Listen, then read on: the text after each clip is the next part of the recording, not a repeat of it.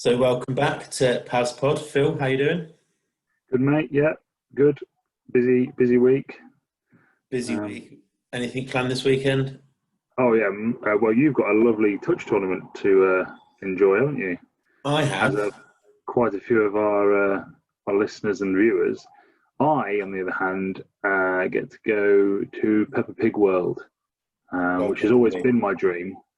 Um, and finally realizing that on the back of my daughter's fourth birthday.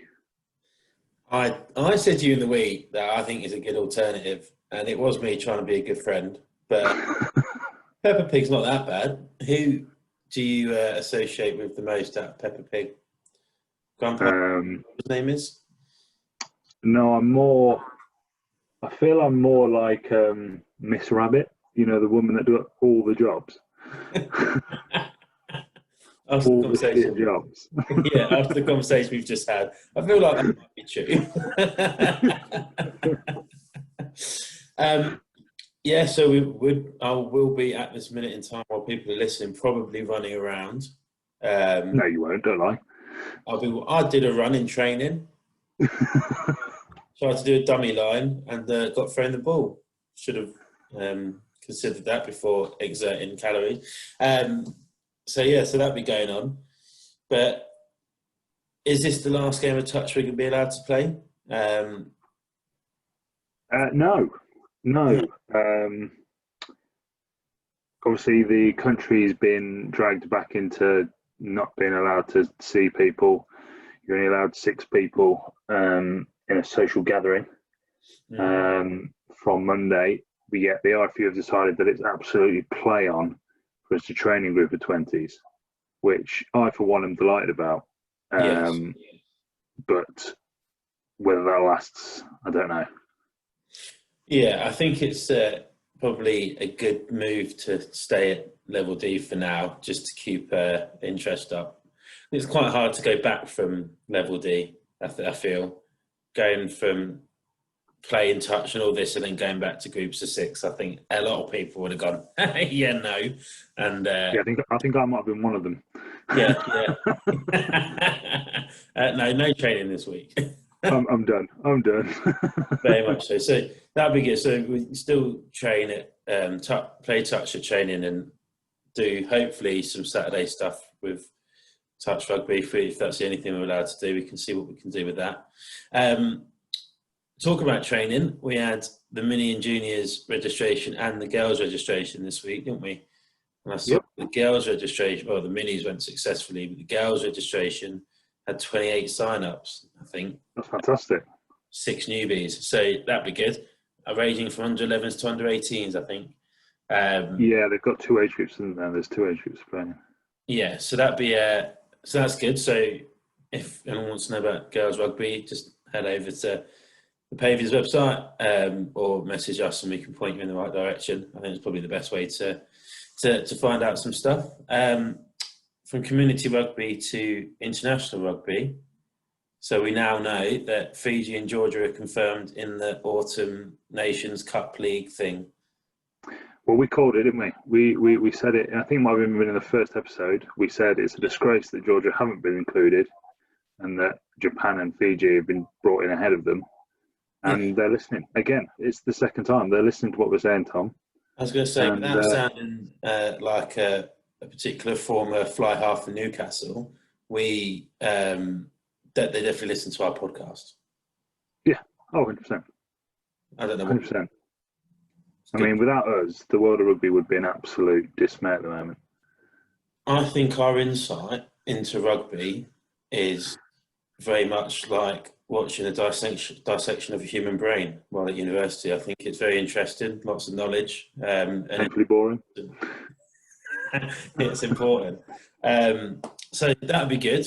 I mean, I've seen it's all going to be on Amazon Prime, which That's good because I've got that. that's good. I've got it. I saw people moaning that they normally go to the pub to watch it, and they can't probably not be able to go watch it in the pub, and they're fuming it's not on terrestrial TV, and they refuse to sign up to Amazon. Just for those people who want to moan, it's £8 a month, and there's a 30-day free trial. It's the closest you could get to free without whacking it on the BBC. Yeah, and there's loads of good stuff on there, and your deliveries turn up the next day. It's I know, like exactly. it's genius. Exactly. It's a win-win-win-win-win. Exactly. And we're not sponsored by Amazon, but if you would like Not yet. not yet, you do get a tax break for sponsorship. So allegedly, we need to say that word a lot more on this podcast. So that'll be exciting. It'd be good to have Fiji and Georgia in. It'd be good to see if Georgia and Italy do get to clash heads and see what will actually happen. That would be really interesting, actually, wouldn't it? That would put a lot of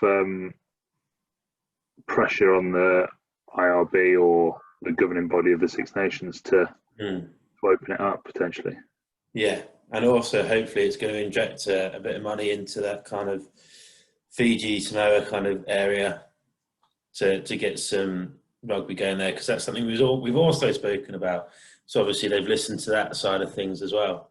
And to be fair, there's a lot of Pacific Islanders playing up in the Prem anyway at the minute, so they're pretty used to crap weather up here. So they should be in addition to the tournament.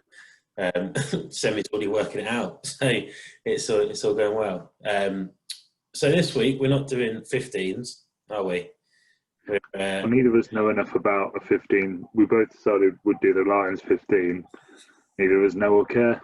So no, I got past Simba and then I was stuck.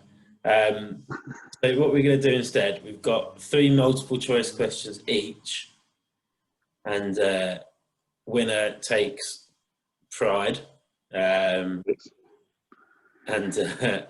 gets to the bragging rights, basically. Phil, do you want to give me your 3 questions first? Yeah. Okay.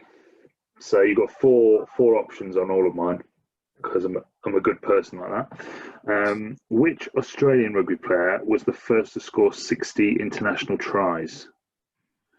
You got Chris Latham, Matt Gitto, David Campese, or Adam Ashley Cooper. I'm not that knowledgeable. I'm going to go Gitto. It was David Campese, and he's the only one to get to 60 tries. Is he really? And he's a mile ahead as well. It's ridiculous. Is he? How Australia have ever won a World Cup, I don't know. No one scores any tries. So 60 doesn't feel like that much, really. No, that's what I thought. But then again, I haven't really looked, so I'm probably unknowledgeable. All right, number 2. Which team has not won the English Premiership? Sale, London Irish, Newcastle, or Bath?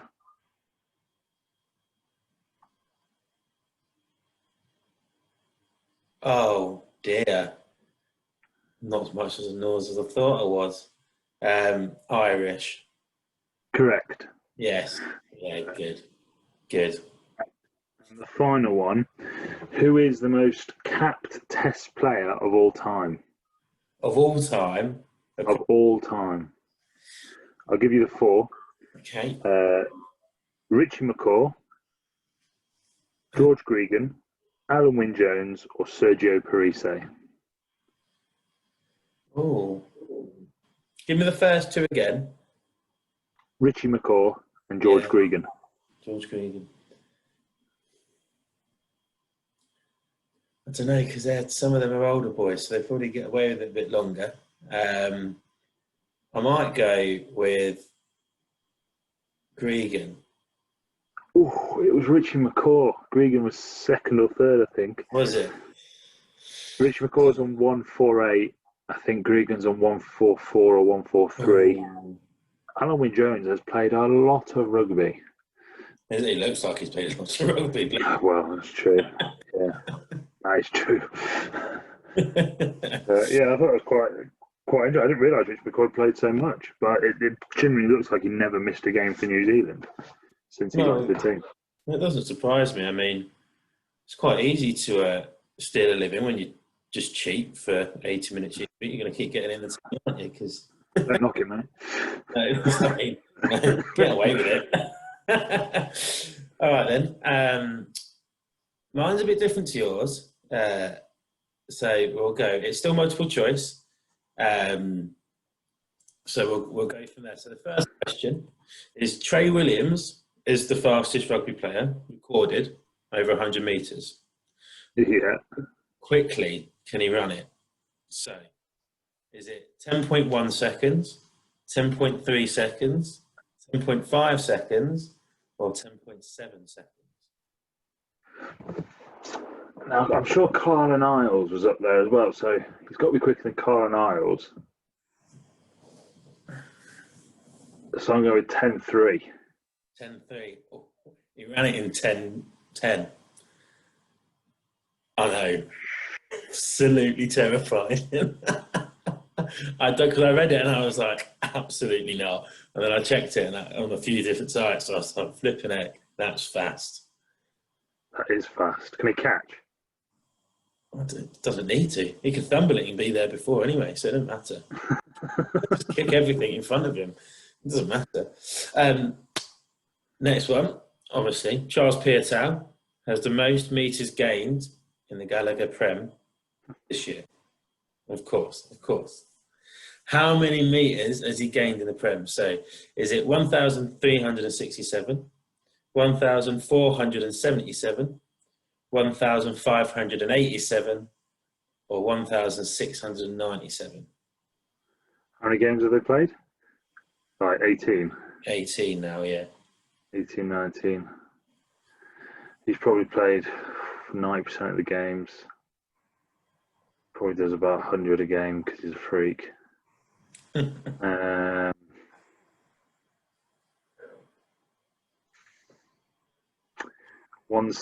whatever it was. 1697. It's not that much. It's 1477, which is still, I mean, that's a lot, but yeah, it's not as impressive as what 1697 would have been. I imagine he might sneak up there, but that's pretty impressive as well. Obviously, he plays for the best team in the Premier minute. Then, finally, to finish, I thought this might segue us into a short conversation we started yesterday. How many Premiership points has Owen Farrell got? I wonder what we're going to talk about after this. This season or in total? Total. Oh, Jesus Christ, Tom. I know. Is it 1,218, 1,356, 1,601, or 1,726? 1,601. It's actually 1,356, but if you included Europe, it probably would have been around that mark anyway. So I'll give you some of the points, just not all of them. So you win. You win. Did I win? Yeah, 1-0. 1-0. I mean, 6 questions. We got 1 right. That's a fine start. All of it. Dear. So yeah, Owen Farrell's tackle, 5-week ban. Don't matter. He only misses the quarterfinals. Do you think it's fair? The ban's fair. I think 5, maybe, but somewhere between 5 and 8 would have been fair. It's a pretty horrific tackle. He does have previous, I guess, with his tackling. I think a lot's been made of it. And I think I said to you, in contrast to what else happened that weekend with Kitchener and Piatow, he's actually trying to make a tackle in a game. Now, he goes in aggressively. That's the way he plays, and that's what makes him one of the best fly-offs in the world. And he gets it wrong more than he should, but he's still trying to play rugby, yet 2 players... I mean, Piatow's started wahooing like a maniac, and George Kitchener's a pretty simple folk and decided he's going to have a go at him. So they've just started a fight for no reason and haven't got as long a ban as that. So it's a bit funny how it works, but, with all the focus on safety of players and stuff, I'm fully behind it. Yeah. It is funny compared to the Somali Piatow, because did you see what Pat Lam came out and said? He was like, Well, it's self-defence off the rugby pitch, so it'd be fine. He swang, so he got swang at and missed, landed a decent one, and then got annoyed he had 3 weeks. Out of literally nothing. There's no need to. Everyone knows you can't punch on a rugby pitch anymore, especially at that level when there's so many TV. With like 25 cameras looking at you. Exactly. You can expect nothing less. That's the rugby bit done.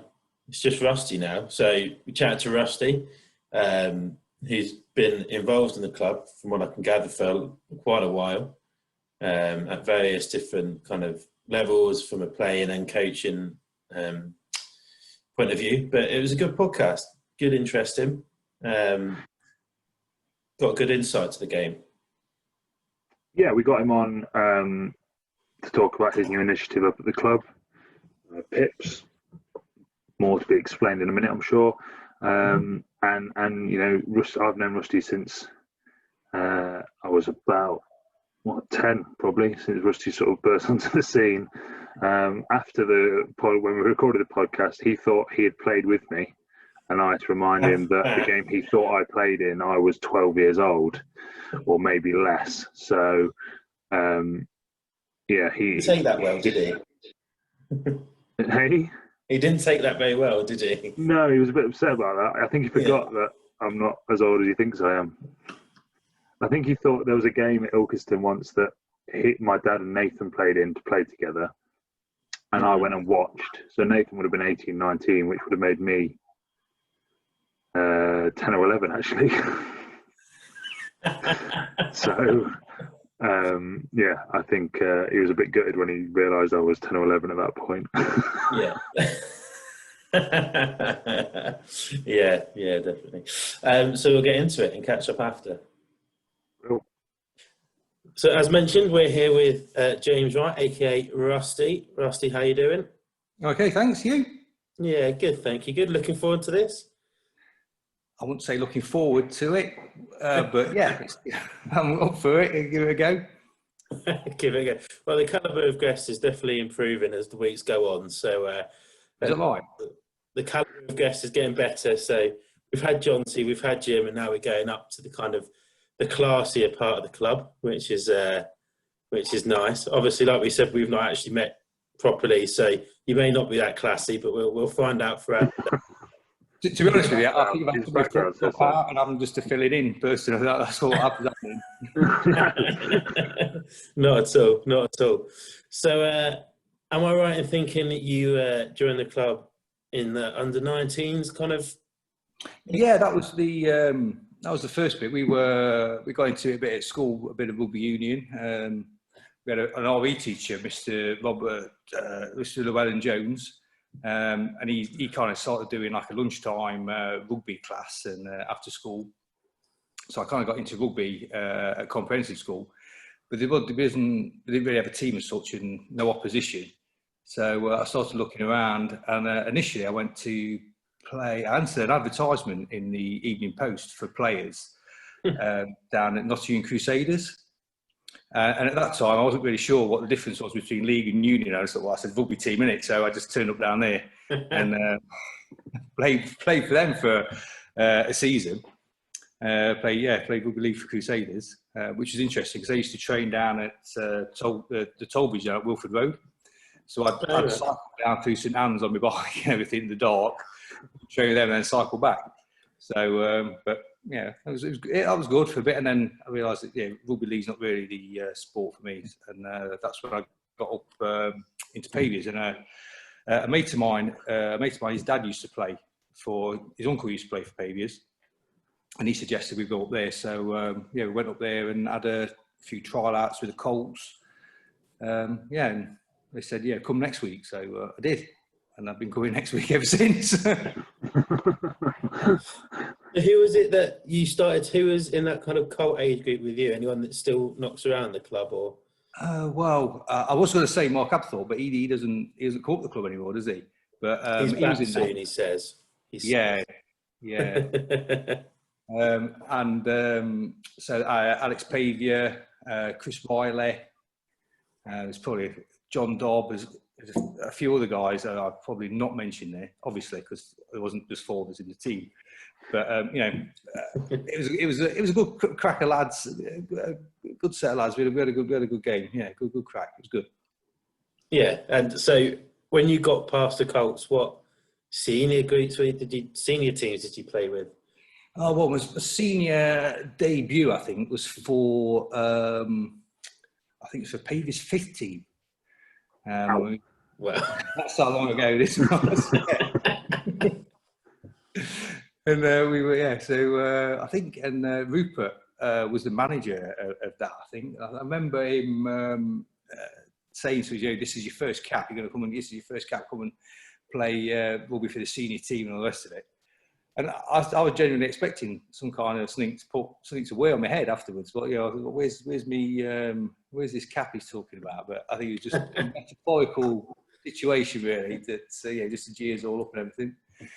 But then I was playing with them. I was playing with the likes of Big Al and Bob Chick and I think probably Molly and Richard and what's his name? Nigel will be playing, and it was kind of that with starting. So I was like playing with guys that were probably coming back down their career. Was my dad in that team, Rusty? Possibly. I remember he'd already fallen hard, had he? He's probably already out. He was in the bar after. I remember seeing him. Obviously.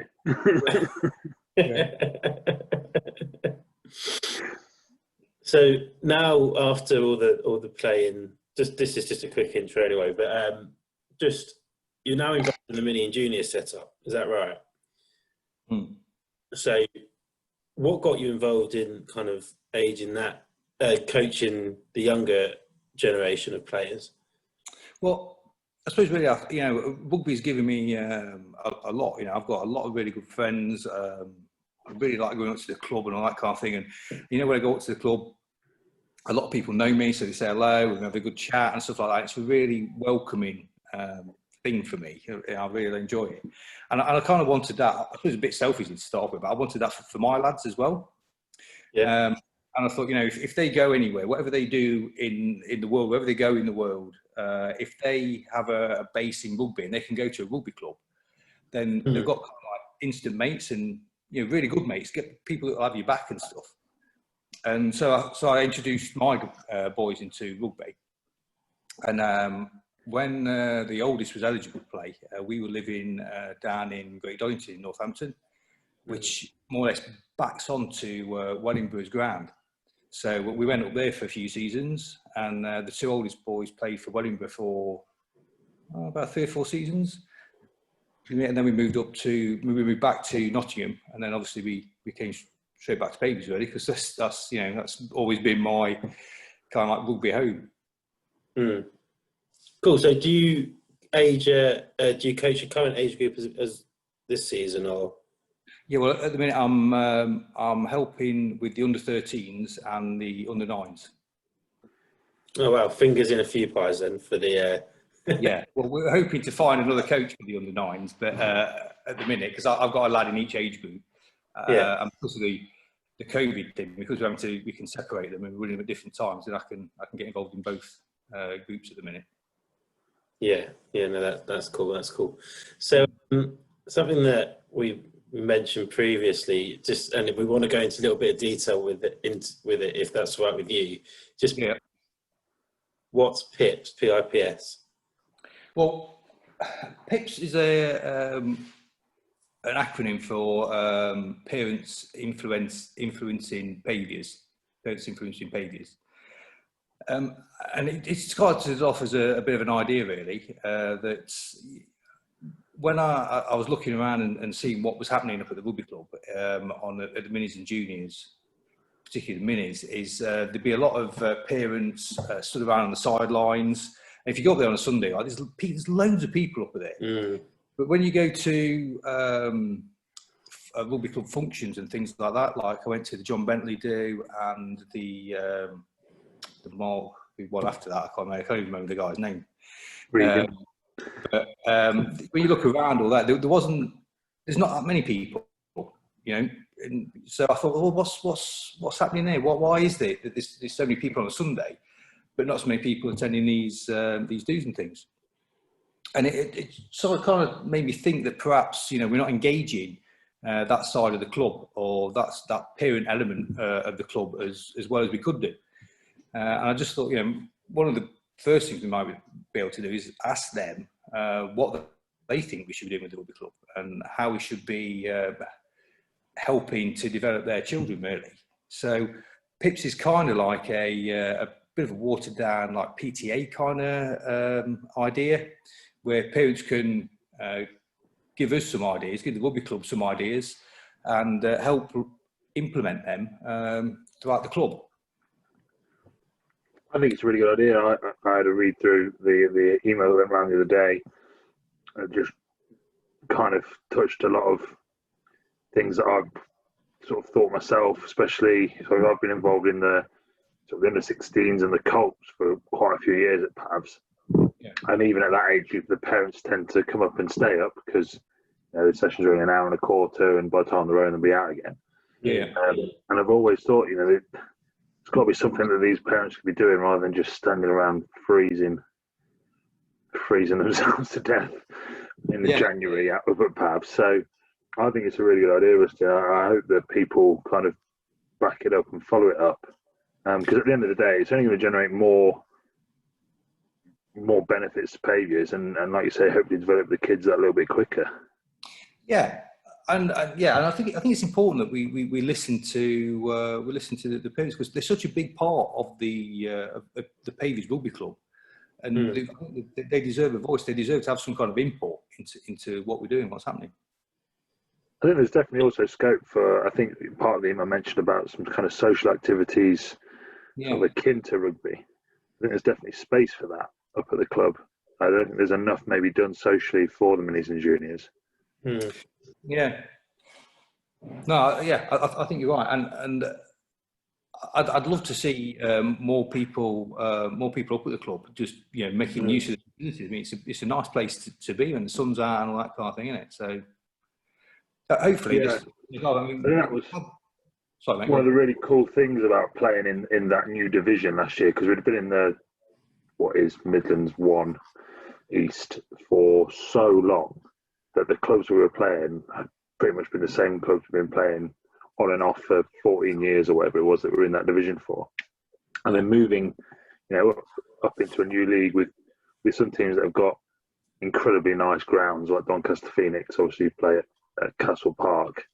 And then other teams that have got, slightly eccentric grounds, like Peterborough Lions, which is just in the middle of a park.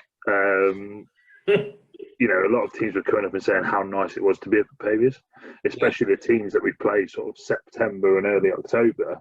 We've come up and the sun's glistening down through the trees, and it's no wind, no rain. So I think you're right. I think making more of the facilities we've got up there is something that once COVID's not such an issue, then we can probably push that way as well. I mean, Tom's going to love it because Tom's in the comms team, so I'll be right up there. Right up there, Ali. I love it. I love that, I will. And I mean, we do bang on as a sport about being a community, but it's easy to focus on the playing community and focus on that being the only community involved in the rugby club, and actually the community. At the end of the day, I don't know the numbers, but just at a guess, I can assume there's more parents and minis and juniors than there are senior players involved in the club, just because you get 2 at least, maybe 3, even more with siblings and what have you. And it is such a big part. And we've said I think it's come up pretty much on every podcast we've done, and in loads of conversations, the more I've been involved in the club, is we want there to be a kind of bridge between the senior players and the minis and juniors and the parents anyway. So parents are only going to kind of give that bit more of a structure and a bit more of a pathway for it to work well. And there's loads of stuff that we can do alongside rugby. Everything doesn't have to be rugby related just because we're a rugby club. We just like rugby, so naturally that's the first thing we think about as that kind of that level. But how do you see it kind of? I know COVID's a bit of an issue, but what kind of activities and things would you like to see going on at the club? Well, I'd like to see more social activities. I mean, obviously, you've got to work within the constraints of our planning and all the rest of it that comes with all that, and our neighbours and all that kind of thing. But, it'd be good to see the club open on like a Friday afternoon, Friday evening. In the summer or something like that. Maybe you can the bar will be open, a few beers. It's a safe place to go. The kids can run around or whatever. I mean, you can even put on a bit of a coaching sessions and stuff like that in the evenings. It's just another sociable aspect to the club, isn't it? And I mean, and then that's just an idea of mine. But I'm hoping that if we can tap into a lot more people, then we're going to get a lot more ideas, and maybe there's some easy ones that we can implement without without just too much trouble. Yeah, I think trying to promote girls rugby as well at the moment. Obviously, girls, just due to the fact of the facilities we have, tend to get pushed to Sunday lunchtime, afternoon. But opening the club up on a Friday night for a girls' training session, followed by food or quiz or something upstairs, is only going to entice more sort of people coming up and doing that. I know that women's rugby does kind of get pushed to fit around the men's rugby in most clubs, because not every club's got the facilities to house both at the same time. So I think that's something not just Paviors, but a lot of other clubs probably would want to promote anyway. Well, I mean, that's I think with a lot of clubs is space, isn't it? And you've got all the minis, all the juniors, and the girls, and there's just not enough space for everybody to be training all at the same, or playing matches all at the same time. So there's got to be some kind of movement, hasn't there? Yeah, and what I like about the kind of the groundworks of Pips as such is the fact that there's so many different people that we've not, like you said, tapping into people's ideas. From kind of professional corporate world is lots of people have ideas, just not everyone's going to come forward and give you an idea unless you actually go out and ask them. Yeah. So having parents influencing Paviors, then you get to physically go, do you know what we could do here? Or have you got any ideas how we could cause a Friday night thing to happen, whatever? We're going to see loads of different things that we've never thought about, because the same group of people only ever have the same kind of ideas. So I think it's a really good idea, and I know there's a lot of people that will listen to this and hear about it that will 100% back it as well. That's good. So if anyone wants to know more about Pips, we can send them in your direction then, is that all right? Absolutely. Yeah, absolutely. I'd be very interested to talk to them, and I mean, I'm really passionate about getting this off the ground and trying to implement it. And if it turns out I'm not the right person to do that, then whatever. But at least we can get it moving in the right direction, and get it off the ground a bit. Yeah. No. We'll put your contact details that you gave out on the email. We'll put them in the link below. I've done it again. Put it in the link below. And some people can, if they feel the need, get in touch with you and start discussing it and moving it forward. Yeah, I mean, we've been lucky enough to get a few recruits so far. So we've got a couple of age groups covered, but not all of them. But it's going to be a slow process, I think, to get everybody to get every age group on board. But I'm hoping to get myself out and perhaps have a talk to some people face to face. You send out emails and things like that. It's just not quite personable, is it? So getting out and talking to people face to face is probably going to get more volunteers, I think, from that than just sending out blanket emails and things. Yeah, definitely, and hopefully we'll see some of the minis and juniors up at the club on the day this goes out. At the Touch Rugby, seeing some parents around, hopefully, and stuff. Yeah. So that'd be good. Moving on slightly from Pips, going back to your playing career. Now, we have no stats because the new data laws, GDPR, say we're not allowed to hold data for that long. That's true. Nor could we find the tablets they were engraved in to find out stats. But we did ask some people little reviews. You let me vet that beforehand, and I could point you in the right direction of Where they were buried. Yeah. So the quotes we got from people, Nathan says he remembers you running around a lot, sometimes round in circles. Accurate? Possibly, yeah. Was this during a game? Was this, or just randomly around the pitch? I think it's during a game, yeah. Oh, Or it could have been about 8:30 at night. Who knows? But Yeah, very well could have been after a game. And Jim Bradley says he could run. Yeah. No, you've not asked the right people here, have you? I'll have to give you a look. Jim Bradley said he could run. He was quick and awkward to stop, but catching the ball in the first instance could be questionable. He's fine wine. He's improved with age. Thanks, Jim. Jim's a lovely bloke, isn't he? Yeah, he can be. So what do you remember from... So you played with Jim then? Yeah, well, I think me and Jim were... I suppose there's a bit of rivalry between me and Jim. Cause, yeah, you were both wingers, weren't you? Yeah, both wingers. And I think rightly so. He kept me out of the... That's what I'm claiming anyway. I'm claiming he kept me out of the first team because, he was probably a little bit better at catching the ball than I was. Only just. Yeah, Jesus. Exactly how bad I was then, didn't it? Well, no, not really. I don't think there was much between you in terms of catching a ball. Yeah. He'll probably be really upset about that comment, by the way. That's fine. We've got that kind of relationship. He can air his response when he comes onto the podcast one day. Yeah. So, in terms of, you did play the occasional first team game, I seem to remember, Rusty. Mm-hmm. Because I think you were probably playing in the first team at the same time me and George used to record the matches. Oh, yeah, maybe. Yeah. So I'm sure we gave you a load of abuse when we used to commentate through the... I imagine so, yeah. And then you would listen to it on a Tuesday night and then would be terrified the next Saturday when, Mark Abthorpe would come up and say, "What were you just saying about me on Tuesday? What do you mean I wasn't running?" Nobody says that. That's not common, is it? There's a gallery. It's just an observation, man. I didn't realise. Maybe that's what. If the thirds and the seconds don't have a game, maybe me and someone else could provide alternative commentary to a first team game. I'd love that. That's a market that. I'll exploit that.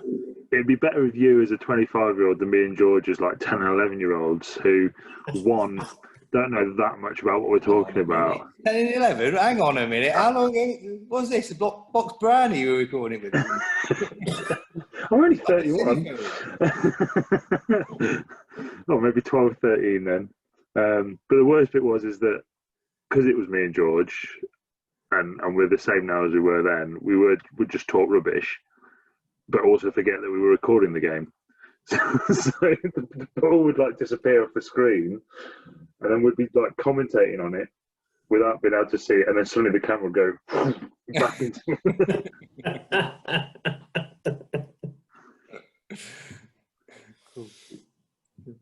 So yeah, you had quite a few first team performances, and I think you might be one of the few players that has almost played for every team. Oh yeah, I think I'm going to put it out there because you were played in the fifth team when there was a fifth team. Yeah, and you probably played in the fourth team coming up through that.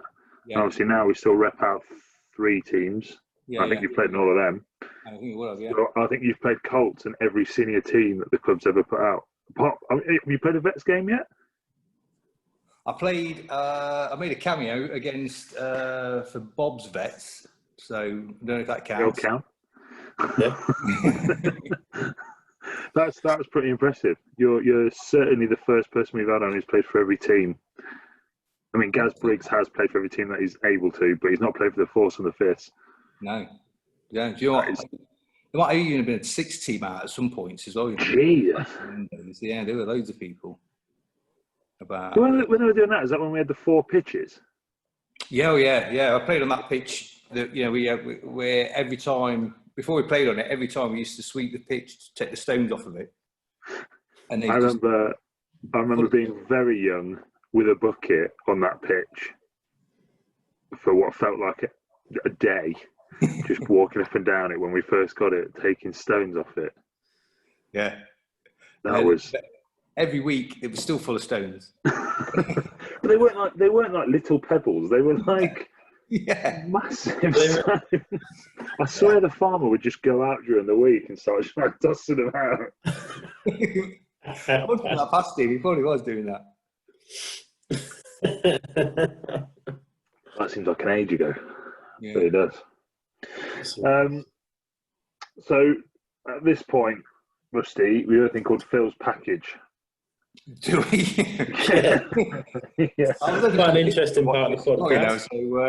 Didn't tell you about this bit. So basically, it's a quick fire answer round. Oh no! I've toned it down substantially over the past few weeks. It's been slowly toned down because we're a sensible podcast, and basically, I'm going to ask you a question. You just give me the quickest answer. Okay. And if you don't understand the last question, I'm pretty sure you'll give the right response. Don't worry about it. Yeah. Okay. So we'll start. We'll start now. So red or green? Green. Favorite beverage? Beer. Favorite rugby position? Wing. Best player you played against? Oh, I'm going to say Toby Armstrong. Oh yeah, he was good. Coaching or playing?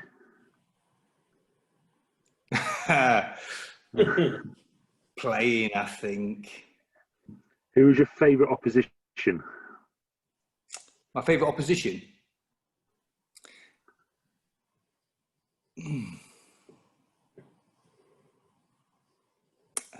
Matlock, I think. Really? It's not seen me, I was on the wing, you know. That's true. Yeah, that's true. It was in a green part of the pitch. Yeah. And then the last question: Jonty or Jim? Oh, Jim. Yes. That's all that matters. That's all that matters in that whole part of the podcast. Yeah. That is the only question that matters. We've had 13 people say Jonty and we've just deleted their podcasts.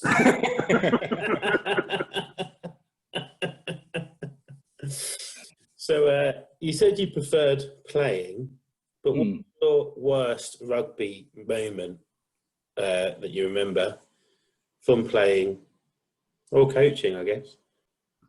My worst rugby, I suppose when you get injured, that's one of the worst things that have to. And I've managed to separate both my AC joints on separate occasions. One was from a particularly nasty spear tackle kind of thing, and that hurt. That did, and that put me out for a bit. Did it hurt? It did, yeah. It did. And that put me out for a couple of weeks or so. No, it didn't. I mean, I nearly had to have it operated on and stuff like that. Jeez. So that was a bit rough. And when you're playing and you're part of a team and stuff, and you can't play because you're injured, but you still drag yourself along to the team and watch him. That's just like doubling the torture, because you want to be in there, you want to be amongst and helping them guys, but you can't. So I think that's probably the worst playing experience I've had is getting injured and not being able to play anymore. It is horrible. That feeling is. I used to hate watching rugby. I don't know, me and Tom have had as many discussions. Tom's like, "Oh, did you see that Premiership game last night?" I was like, "No, I hate watching rugby. I can't stand it." And watching it when it's like your team or someone you should be playing for is just infuriating, because you just feel like you're letting everyone down, And you also sit there slightly in your head thinking, the guy who's playing your position, well, I would have done this actually, and we probably would have scored. They're never good as you are. And but the worst one for me was when I did my Achilles when I first came back to Pavs. Coaching as a player coach and not being able to play, I don't know how Nathan does every week. Like, Yeah, you do. It's an emotional roller coaster watching a game from the sidelines if you've actually got like your skin in the game. It is horrible. It is horrible. I mean, you probably find it now, Rusty, with your kids, do you? That What's that? coaching your kids now and watching the games, is that not painful? I find it difficult. I mean, if anybody, you know, and I've been on a few coaching courses and things like that, and, you know, they teach you what to do and stuff like that. But I feel, and I go to every coaching session and every match where I aim to just be quiet and watch.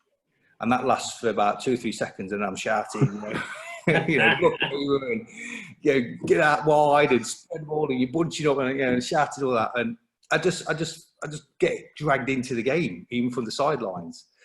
And I desperately try not to, but I just can't. It's like, you know, when we were coaching, like, you know, if there's an opportunity to play a bit of touch with the lads and stuff like that, then, you know, I'm in there. Like, yeah, you know, play like this, you know. I love playing, but, you know, you get to a point when you can't play how you used to be able to, and your body can't take it quite as well. So I think well, that is that, and then there's the amount of time you can't coach on a Sunday, play on a Saturday, coach on a Sunday. I can't, because you're spending all your time up at the rugby club then, and you don't got any free time for anything else.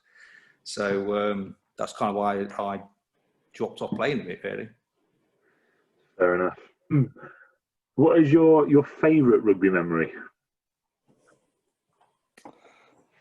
I think playing in the One Washing Cup finals and stuff like that. We've had a couple of them, and but I think if I'm be really honest with you, my favourite thing about rugby that it was the Saturday nights. You know,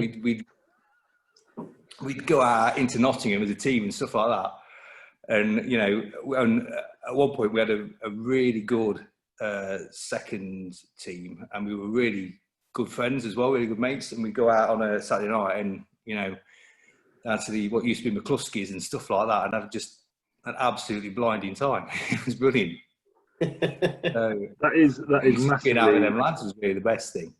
Yeah, that is massively understated, I think. I don't think we've had anyone mention that yet, but I think when you're in a team where that social, I mean, to be fair, our team right now is like that. You know, if I was allowed by my wife, I would go out every Saturday night in the lads. But just having a team that you just want to be out with, having a drink with, I think is a massive part of especially what Paviors is about, but also what sort of community rugby is. Yeah. Yeah, definitely. I mean, I've said it before, but Paviors are one of the reasons I stayed in Nottingham after university. And it wasn't just the fact of the up the club stuff. It was the closeness of the friends I'd made, where we would go out into Sherwood or Nottingham or up to Mansfield or into Hucknall or something like that for a few beers on a Saturday night. And then even sometimes on a Sunday afternoon, depending on how much I'd spent on the Saturday. But you're right, it's massively understated. And we've spoken about nights out, but we've not spoken about kind of the value they actually add to an individual and to a team as well. Does one night out stick out to you at all in your memory? Or do you not remember any of them anymore?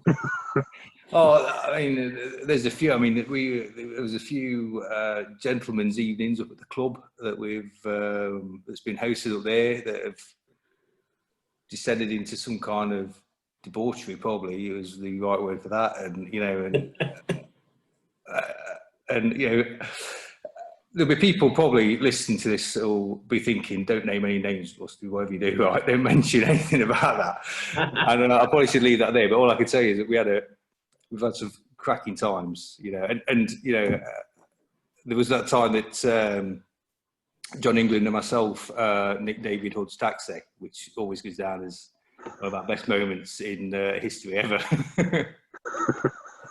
So, for those who don't know, what happened when you stole his taxi? There was a gentleman's evening in inverted commas up at the club, and me and John England had got no real way of getting back to Hucknall. We hadn't really planned that far ahead. We got ourselves to the club, and that was the important part. And then on the way back, we could be trying to ring a taxi. No, there's no taxis coming up at that time up there. But David had the foresight to book himself a taxi. But the taxi was in the car park, and David was nowhere to be seen. John went over and said to the taxi driver, you booked? He said, oh yeah, I'm booked for, I think it's a David Hood. So John shouted to me, he said, oh, David, your taxi's here. So he replied, I think I regaled him with stories from Suffolk all the way home as well. But, yeah. What was the repercussions from David? Was there any? To be honest with you, I don't think. He was furious. The taxi company let him down, and this is probably a bit of an admission, really. So about David. I'm not sure he realised it was us actually to this point, but yeah. it's confessional now. That Pazpod. I do like little gems of stories like that. Sometimes we get stories which are a bit extravagant, but it's the little ones where just nicking a taxi, just putting you in somewhere where they can't get home. It's ruined the end of their evening. They're angry now. It's the best part of it. So from nights on to kind of the serious rugby chat we tend to have at the end of podcast. Just because obviously you're involved in the minis and juniors, and I don't know personally lots about the minis and juniors as kind of an age group in rugby, in community rugby. But what we're seeing in senior rugby is a kind of a demise of people being available and kind of teams having to fold the night before a game or the morning of a game because they've not got the players. What the numbers look like in kind of the minis and junior sections of clubs, and what kind of the standard in the NLD area for minis and juniors? I think grassroots rugby and junior minis rugby is thriving. I think there's a lot of clubs doing really well at it. Particularly in the area we are. I couldn't give you too many numbers about the other age groups in Paviors, but if you take under 13s, for example, I've just come from training tonight, and we had 24 lads up at training on a Wednesday night. And that's a fair amount. I mean, we have and the COVID rules and stuff like that are playing havoc with us for that, because we haven't split them into groups of less than 20, so we have to split them up then into 2 groups so they can play a couple of games and stuff like that. But then when you look around at the other clubs, if you look at like Corsairs and that, they always seem to have loads of players. When we go to them, we were playing as under 12s. We were taking 2 teams with us to them, and they were providing 2 teams. Mansfield are pretty similar. They were getting quite a big turnout. So I would think I think grassroots rugby at that level is really thriving, and I'm hoping that I hope that it really comes all the way through. Yeah, to seniors. Well, we definitely need it, and I know there was. We've been talking about, because of the situation we're in, that we're going to have to start to look at the younger ages than we normally would to prepare the next kind of 3, 4, 5 years of whatever this pandemic will leave us, and when we get to the end of it. So it is comforting for someone who just loves community rugby to hear that there are 24 under 13-year-olds that just want to play rugby, and that's a club. How do you keep kind of that age group interested throughout their life to senior rugby? Is it just we found the knack now, or? Oh no! I mean, I've worried about that every time I go to a coaching session. How to keep them interested. But I think kids are competitive, aren't they, by nature? Some of them get quite competitive, so that they thrive on that kind of competition. But I think the key thing to it all really is to have fun. You know, if they're having fun and they're enjoying themselves and they're having a bit of a laugh, but also learning something, you know, I think that's what keeps them coming. You know, we always try and balance that. And Andy Carey does a great job of trying to balance, you know, making sure that what they're doing is a good balance of rugby skills and fun, and that's what we try and do, try and achieve it. And it must be working because they keep coming back. I think those age groups are good because the kids are they are keen, and the parents are in a good position to get them up. The issue we found, or I've found, is they get to 16, 17, 18, and they get two other distinct interests. Yeah, they come along in girls and alcohol. That's what happened. Yeah, and you just really struggle to maintain. You know, the lads who are of a decent standard will stay because they like to show off and keep doing it. And then there's the other end of the group that aren't so interested in girls and booze that'll stay because it's always been part of their routine or they enjoy it. But you lose this sort of middle chunk of the social player because they're out at a party on a Tuesday night or a Thursday night or whatever. Yeah. And that's the real difficulty. And we've done so many things as a club to try and bridge that gap but we still lose people. And also, as unfortunate as it is, we've got we've got quite a lot of intelligent lads. So they hit 18 and they disappear off around the country to go to university. And again, you lose a good chunk of players to, you know, them starting their life elsewhere, which is obviously happening to all clubs. But I think we get hit quite a lot with that, especially with our links with the high school. Because, you know, they come out of the high school and they're almost told that university is the best way to go. I mean, it's a tough one. It's a tough one to keep them in. But like you say, if they're doing more stuff around the club on a Friday night, you know, more activities on a Sunday afternoon after training or something, and they grow up, you know, at this rugby club like I did, then they'll probably create a similar behavioural return to the club consistently. I mean, if you think about them lads that are moving off to university, right, and the grounding and the help that Paviors will have provided them when they get to university, and they roll up to that massive university and you've got no friends and you don't know what to do, what you're going to do, anything like that, and then you see the flyer for the rugby club and you're enrolled on that, and then the next thing you know, you're playing for whatever university, even if you, no matter what side you're in, you know, you're still keeping that rugby in the game. So I think, you know, you're right when you say you move players or move about and stuff like that. But I think once they've got it in the blood, they'll always have it. Yeah. And they'll either come back to Paviors or they'll be playing rugby for somewhere else. But they'll always have, you know, where they started in the back of their mind. Yeah, I think from a selfish point of view, I'm just trying to get people back to Paviors. Oh, yeah.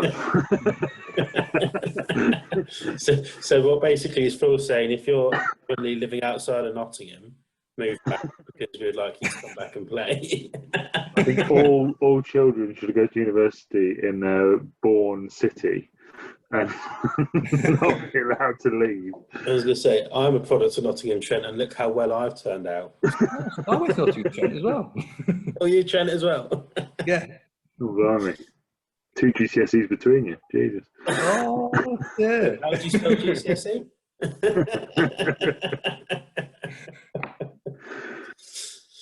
Well, I think from my point of view, I've got no more questions, Ross. It's been nice to, effectively meet you for the first time. Yeah, you too. And actually have a conversation with you. I know the name, people like Pecky and people like that who band your name around a fair bit in gym. But it's been nice to chat to you. I've got no more questions. This bit always feels like a bit of a job interview. Phil, have you got any more questions? No, Tom, I don't have any more questions. But in that case, we'll be in contact with you in 3 working days. No, but thank you for joining us. You've had a busy day, obviously, with training and what have you. Yeah, no problem. All life. But thank you. It's been really good to chat to you. And we'll catch up with you soon. Yeah, okay, you too. So that was Rusty, like we said, interesting. We'll make sure there's some contact details out there for Pips. Where we put that online? Yeah, we'll put it out on the Instagram. The Instagram. How old am I? And then also below. You want it down there as well. Love it down there. We'll take that bit out. We'll make sure that's all there then. Just club notices. So unfortunately, the curry and quiz, is it cancelled or postponed? Cancelled until further notice, I imagine. Cancelled until further notice, let's say that. Yeah, due to the new guidelines that the government put out re-COVID. So you can still have a curry at home and put on the chat, but it won't be something we do together. I mean, that could be quite a fun Zoom, but I'm not organising that. We've then got the golf day. Do you want to just remind people what that is, Phil? Yeah, so 6 of us are playing 4 rounds of golf a week tomorrow. A bit fearful how dark it was at 5 o'clock this morning when I was woken up by a baby. But we're doing it for cancer research. We'll put the thing in the information below, and we'll put it out on Instagram as well this week. Any donation would be greatly appreciated. We're quite looking forward to it. We were discussing this morning whether we need to buy some glowing golf balls to play in the dark. I suggested that they probably wouldn't help because when you bury them in the ground, you still can't see them. That's true. But we're lads have been actually training a bit for this because it's not only a sporting day, but there is 20 miles to be walked whilst playing golf. And considering me and Thea were pretty knackered after 1 round the other week, things don't bode particularly well. But it's for charity, so it is. You'll have to get your blister plasters on. Free one. My blister plasters. Yeah, you can get ones just for your heels, isn't it? If So my you can feet make are out red. how I say plasters. No, the fact you've called them blister plasters. That's what they're for. Well, put some wax and plasters on then, I don't care. Get blisters, do yourself. And then the last thing is just registration and subs. I'm not sure of any prices, to be fair. I can't imagine it's changed. But No, nothing's changed. The club is getting reliant on these direct debits or your direct subs. So if you're not signed up, please get in touch. There's forms at training. Those who attend training, you can do it through the website as well, I believe, or there's a link somewhere to pay your subs. And we just need to get people signed up. You can pay on a direct debit, you can pay it in one lump sum now, and that covers you for the year. And it just makes sure that the club is in a better stead financially for when we can, all get together and start playing again. Yeah, I think because it's going to be such a weird season, it might feel a bit weird to put money into something that we're not going to be using much. But the point of community rugby is actually when we need to, we kind of get together as a community and to keep house going. And we do have to kind of inject some cash into it the way we normally would. And obviously, if anyone wants to make any kind of donations to make sure it keeps going as well, I'm sure the club will be open to chatting about how you can do that as well. Next week, we'll keep it under wraps again, I guess. That's the clever way of doing it, we found. Yeah, because we announce someone and then they're not available. But in that case, any wise words, Phil? No. All right then. See you later. Enjoy Peppa Pig World. Thanks.